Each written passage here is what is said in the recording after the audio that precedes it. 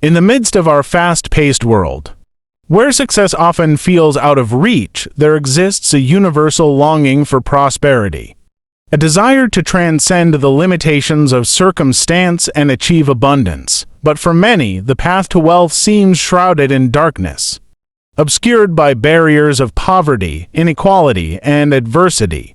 Yet, amidst the shadows of despair, there are those who dare to dream, who refuse to accept defeat, and who embark on a journey of transformation against all odds. For it is not wealth or privilege that determines one's destiny, but rather the courage to take the first step, to believe in oneself, and to persevere in the face of adversity. There is no magic formula, no shortcut to success.